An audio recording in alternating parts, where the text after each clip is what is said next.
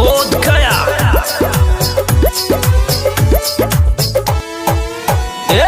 प्रभु की महिमा गावा ओके दिल में बसावा, प्रभु की महिमा गावा ओके दिल में बसावा, प्रभु की महिमा गावा ओके दिल में बसावा, प्रभु की महिमा गावा ओके दिल में बसावा, प्रभु की महिमा गावा ओके दिल में बसावा। करिला तू प्रभु के जयकारी, हाँ करिला तू प्रभु के जयकारी, बनाया संसार के। करिला तू प्रभु के जयकारी, बनाया संसार के।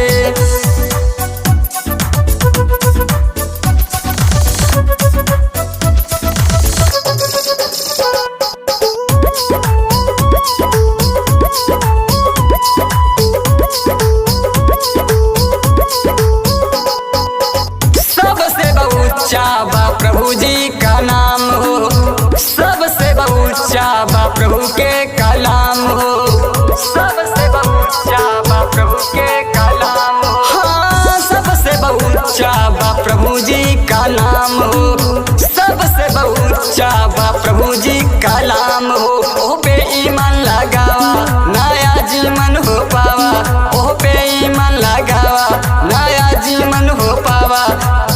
करिला तू प्रभु के जयकारी, करिला तू प्रभु के जयकारी, बनाया संसार के। करिला तू प्रभु के जयकारी, बनाया संसार के।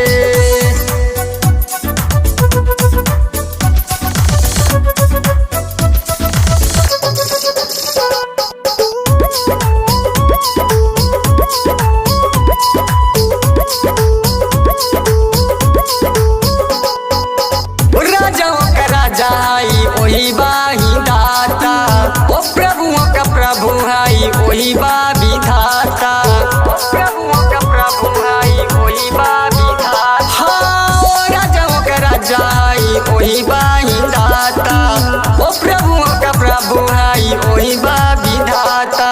ओही बा सर्जनहारा, ओही बा पालनहारा, ओही बा सर्जनहारा, ओही बा पालनहारा। करिला तू प्रभु के जयकारी, करिला तू प्रभु के जयकारी, बनाया संसार के। करिला तू प्रभु के जयकारी, बनाया संसार के।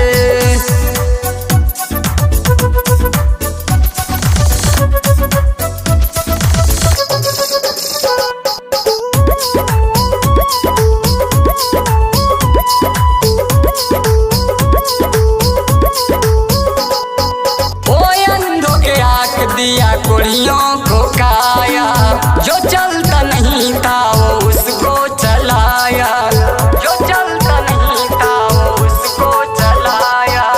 वो अंधों के आँख दिया कोढ़ियों को काया, जो चलता नहीं था वो उसको चलाया। ओ निर्बल को उठाया, ओ मुर्दों को जिलाया, ओ निर्बल को उठाया, ओ मुर्दों को जिलाया।